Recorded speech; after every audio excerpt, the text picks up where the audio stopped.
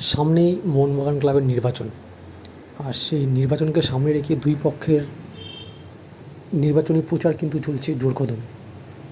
এদিন বর্ধমান মেরিনার্সের পরিচালিত সভায় উপস্থিত ছিলেন সচিব দেবাশিস দত্ত। আর এই সভা থেকে তিনি যেটা বললেন, সাফল্যই শেষ কথা।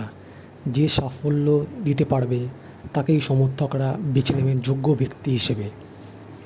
তিনি আর কি বললেন চলুন শুনে নেওয়া যাক। আমি আরেকটাও ভেবেছিলাম, ওয়েবসাইটে তো আমরা তুলবই, কিন্তু আমি আরেকটা ভেবেছি, অনেকে ওয়েবসাইট দেখতেও পায় না, অসময় পায় না।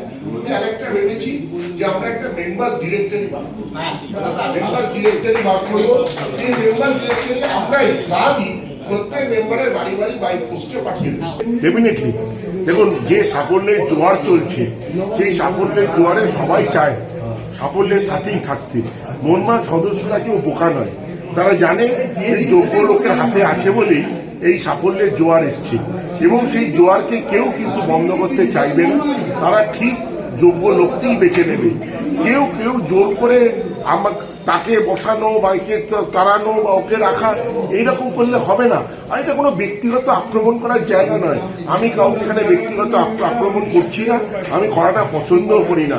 ক্লাবগতভাবে চলো, ক্লাবকে সাফল্যের পথে নিয়ে চলো।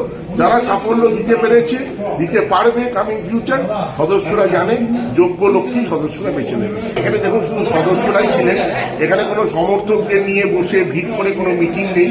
মাননীয় এমএলএ ছিলেন খোকন দাস মহাশয়, এবং সব শুধু সদস্যরা, আপনারা নিজেরাই দেখলেন।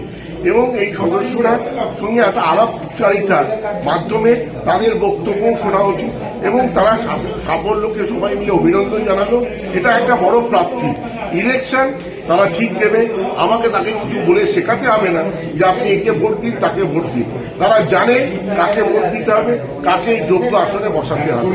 আর যে বাড়িটি হয়েছে অভাবনীয়, কিন্তু ওখানেও আপনি দেখবেন হাজার লোকের সমাগম। তারা কিন্তু এই মোহনবাগানের যে সাফল্যের জোয়ার, তাতেই আজকে যদি মোহনবাগান ধরুন দিনের পর দিন হাঁটছে, কেউ কি বাড়ি রং করতো? যতই সে মনমানি হতো, তার মনে যে ব্যথাটা থাকতো, এখন সাফল্যের জোয়ারে সবাই হাসছে। দেখুন, সবাই একটা আনন্দের পরিধি। এইটাই তো চাই, যেখানে বাংলায় সবাই যারা মোহনবাগানী সবাই হাসবে, সবাই বলবে আমি মোহনবাগানী। সেখানে কেউ এই ঝগড়া ঝাঁটি ভোট, এই যে কচকচানি, ওকে গালাগালি দিচ্ছে, ওকে গালাগালি দিচ্ছে, এটা সঠিক নয়। এটা মোহনবাগানকে, আমি তাই এর বিরোধী। আমি মোহনবাগানকে পরিমা, তার যে গরিমা, সে গরিমা নষ্ট করতে রাস্তায় নামাতে চাই না। সেই না আমি কাউকে এখানে কিছু বলছি না।